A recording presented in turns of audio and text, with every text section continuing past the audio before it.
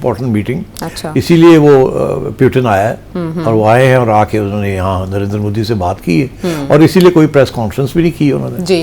सवाल तो पता था कि सवाल तो बड़े ऑकवर्ड किस्म के आएंगे, हाँ। तो इसलिए उन्होंने प्रेस कॉन्फ्रेंस भी नहीं की और जो भी बात हुई है वहाँ वो इंटरनल है। मगर इस पर कोई शक नहीं है कि रशिया को प्रेशर तो है सैंक्शंस का फ्रॉम अमेरिका एंड यूरोप। अच्छा, अमेरिका ने तो उनकी जो ऑयल एंड गैस पाइपलाइन है उसके ऊपर प्रेशर डाला हुआ है, ऑयल गैस के ऊपर भी डाला हुआ है और यूरोप को कहा जा रहा है कि आप उधर से ना लें, हमसे लें। और एक उनकी बहुत बड़ी पाइपलाइन थी नॉर्थ स्ट्रीम, वो भी ब्लो अप कर दी थी, पता चल रहा है कि किसने की थी in order to stop Russian gas to from coming into Europe. अच्छा, तो मैं ये समझता हूँ कि India is in a bit of a trouble अच्छा, और one of the reasons why India is in trouble is that 2024 में गालबन जयशंकर साहब जो है, जो उनके फॉरेन मिनिस्टर है, उन्होंने एक किताब लिखी जिसके अंदर उन्होंने प्रेडिक्शन ये की थी कि आगे जी, America is going to be the predominant power. अच्छा, और ये इंडिया शिफ्ट हो रहा था हल्का हल्का टुवर्ड्स अमेरिका। नरेंद्र मोदी ने आपने देखा कितनी कोशिश की है, हाँ, हाँ। और एकदम ये झटका जो लगा है इनको समझ नहीं आ रही हो कह रहा है। तो इनकी जो सारी प्रेडिक्शन थी कि अब हम अमेरिका के साथ we are going to have great openings with America and because वहीं से हमें सब चीज़ें मिलनी है और वो बिल्कुल जिसे कहते हैं ना उड़ गए। दैट फिलोसफी कि America is going to remain the unipolar world and America is going to be the most powerful, continue to be the most powerful nation, इनके साथ बना के रखनी है and so on and so forth. वो जो 2024 में ये लोग प्रिडिक्ट कर रहे थे वो तो बिल्कुल उल्टा हो गया। अमेरिका और आगे आप जाके डिस्कस करते हैं उनकी जो नई ग्लोबल स्ट्रेटजी है, it is not at all what India was thinking it might be. और इंडिया ने बड़ी मेहनत की थी to establish a relationship with America और डोनाल्ड ट्रंप ने कितनी जल्दी उसको उड़ा के रख दिया। वो और बात है कि बाद में 6 माह के बाद या 8 माह के बाद या महीने साल के बाद जब यूक्रेन के अंदर कोई सेटलमेंट होती है तो भाई America will try and come back to establish a relationship with India. मगर इस वक्त तो US-India relations are down in by the same criterion जैसे Pakistan-US relations are on the rise. तो so I think this was an important visit for both Russia and for India. Russia is under pressure, India is under pressure. Right. और both were trying to work together कि किसी तरीके के साथ ये pressure को deflect किया जाए। और तो इसीलिए कहा जी हम तो तजारत बढ़ाएंगे। अभी तजारत क्या बढ़ाएंगे? रशिया की एक्सपोर्ट्स हैं टू इंडिया जिसमें 80% इज ऑयल और इंडिया की जो है 5-6-7 बिलियन का अच्छा खासा फर्क है। अब तो कुछ भी नहीं ना, तो अब क्या ये तजारत बढ़ाएंगे? तो इसलिए रशिया की ये है कि और हम एक्सपोर्ट करें टू इंडिया। जी, और जब इस मामले पे उनसे बात की गई तो उन्होंने कहा अमेरिका का एतराज बनता नहीं है क्योंकि अमेरिका सबसे ज्यादा हमसे तेल खरीदता है। वो तो इंडिया की पोजीशन रही है ना, हाँ। कि हम जो रशिया से ऑयल लेते हैं उसको हम रिफाइन करके यूरोप बेचते हैं। जी। तो वो तो रोक देना, वो आप ना लें, तो जो ले रहे हैं उनसे भी पूछे, हमें क्यों पूछ रहे हैं? हम तो लेंगे और एक्सपोर्ट करेंगे, हमारे तो अपनी इकोनॉमी के लिए दिस इज वेरी इंपॉर्टेंट। तो I think there are no answers, easy answers with the Americans. वो सिर्फ प्रेशर टैक्टिक्स हैं, जैसे ट्रेड के प्रेशर टैक्टिक्स हैं, ये ऑयल और सैंक्शंस रशिया के ऊपर प्रेशर डालने की कोशिश की जा रही है। आपने देखा कि चाइना का जिक्र ही नहीं आ रहा। जी, China is the biggest importer of oil from Russia और चाइना के ऊपर कोई बात ही नहीं है बिकॉज उनको पता है कि चाइना को आप प्रेशर डाल लें, यू कांट प्रेशराइज चाइना। ठीक, तो ऐसे में मगरिब द वेस्ट उनके जो हाई कमिश्नर थे ब्रिटिश और जर्मनी और फ्रांस के एम्बेसडर्स, उनकी जानिब से जो भारतीय अखबारात में लिखा गया इस विजिट से पहले, उसने इंडिया को खासा एम्बेरस किया, डिप्लोमेटिक एम्बेरसमेंट करार दिया जा रहा है। वो चाहते थे कि इस विजिट में नरेंद्र मोदी दबाव डालें रशियन प्रेसिडेंट पे। इंडिया ऐसा क्यों नहीं कर सका? नहीं कर सकता ना। इंडिया की तो सारी जो तारीखी हिस्ट्री है of non alignment and nationalism. Already बड़ी क्रिटिसिज्म हो रही थी कि जी आपकी यूएस पॉलिसी फेल हो गई है और इंडिया के अंदर एक बैकलैश आई है कि हटें, अमेरिका को ट्रस्ट नहीं किया जा सकता। यूरोप को डिच कर गया डोनाल्ड ट्रंप, नेटो को डिच कर गया Donald Trump single bipolar world को मल्टीपोलर वर्ल्ड कर रहा है। डोनाल्ड ट्रंप बिजनेस डील्स कर रहा है, रूस के साथ भी बिजनेस डील्स कर रहा है। तो ये बंदे के साथ आपको स्ट्रेटेजिक अलायंस तो हो ही नहीं सकता। ये तो बिल्कुल मेक अमेरिका ग्रेट अगेन और ये मॉनरो डॉक्ट्रिन जो थी कि जी ये यहाँ हम वेस्टर्न हेमिस्फीयर है, यहाँ हम ये करेंगे वो करेंगे, बाहर का तो हमारा इंटरेस्ट ही नहीं है, तो ये तो वहां ले गया उसको। तो आई थिंक इंडिया के अंदर भी बड़ी तनकीद है प्रो यूएस पॉलिसी की because they feel they betrayed.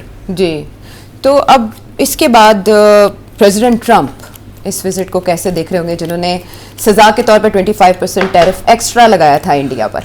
Donald Trump अपना प्रेशर बरकरार रखेगा, वो नहीं छोड़ेगा। He will continue to put pressure because it's part of his strategy अच्छा। कि जी प्रेशर रखो रशिया के ऊपर, चाइना के ऊपर, चाइना के साथ नेगोशिएट कर लो, रशिया के साथ प्रेशर रखो। मगर अब ये है कि वो प्रेशर ये डाल रहा है रशिया के ऊपर कि आप कोई ना कोई हमारी बात मान लें ऑन यूक्रेन। राइट। यूरोपियंस जो है वो नहीं चाहते, और ये अब आगे जाके डिस्कस करते हैं कि यूरोपियंस बिल्कुल कोई डील नहीं करना चाहते रशिया के साथ। वो तो कहते हैं नेटो बैठेगा रशिया के बॉर्डर्स के ऊपर। डोनाल्ड ट्रंप भाग गया वहां से, वो कहता है नेटो फारग है। वो तो उसको बिजनेस ओरिएंटेड ताल्लुकात बिल्कुल, को मैंने करना अभी चाहते कल के हैं। प्रोग्राम में मेरा जिक्र किया कि वो तो बैठ के वहां बिजनेस डिस्कस कर रहे हैं। तो इसलिए I think Donald Trump will continue this transactional approach अच्छा। एंड ऑल्सो के मेक अमेरिका ग्रेट अगेन।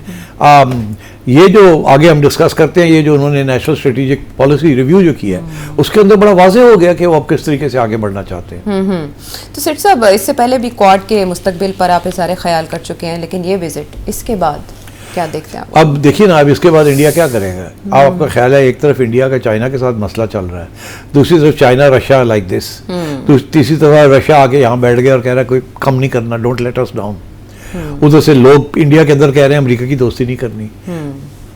और यहाँ तक कि बात शुरू हो गई है कि बात शुरू हुई है, अभी वो बात माने नहीं है इंडियन एस्टैब्लिशमेंट, कि इंडिया को अब चाहिए कि इस रीजन के अंदर अपना पाँव जमाए, बिकॉज अपनी रीजन के अंदर भी इंडिया फिसल गया है जी। और अब पाकिस्तान और चाइना और ये बांग्लादेश बातें कर रहे हैं, हमको नया साख भी बनाते हैं, ये भी अब डिस्कशन शुरू होगी। तो इंडिया ना उधर का रहा ना इधर का रहा, और इंडिया साख से भी फारिग हो गया, रीजन के अंदर भी उसकी कोई, उन्होंने खुद फारिग किया साख को। तो अब बात ये है कि ये तो इंडिया की foreign policy is going to be discussed very great detail. It's a great failure. वो समझ आ गई है। मैंने कहा था कि पिछले साल तक तो वो समझ रहे थे कि हमारा फ्यूचर, हमारा सारा जो है लिंक्ड इन विद अमेरिका है।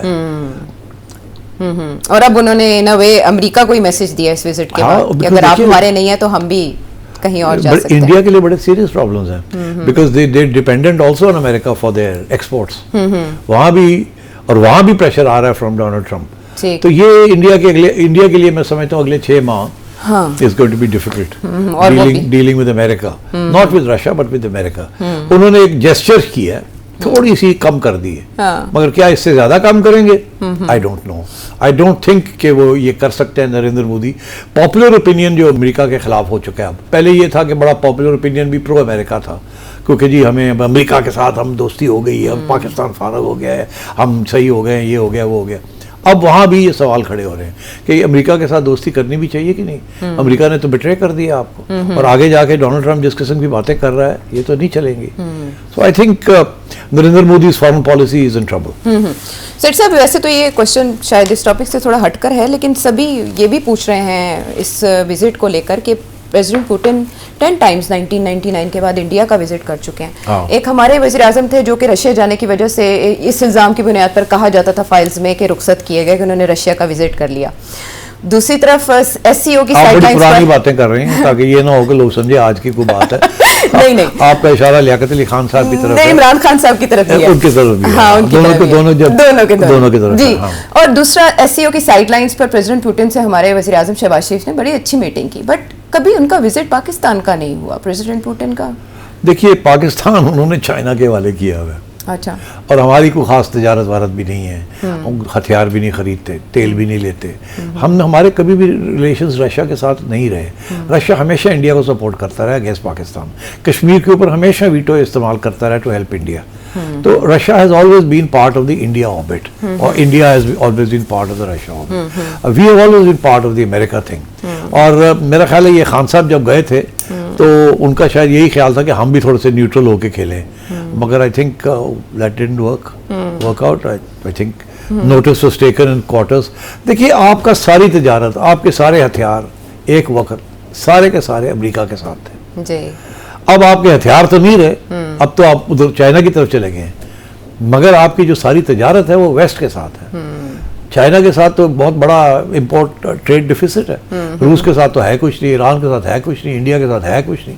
तो यही तो इंटरेस्टिंग चीज़ है कि मिलिटरीली आप अलाइन हो चुके हैं चाइना के साथ, इकोनॉमिकली आप अमेरिका और वेस्ट के साथ, यूरोप के साथ, इसीलिए शोर पड़ता है ओ जी वो यूरोपियन टैरिफ ना लगा दें हमारे ऊपर, EU प्लस की वो बात होती है, वो सारी इधर के ये ना हो जाए, ये ना हो जाए।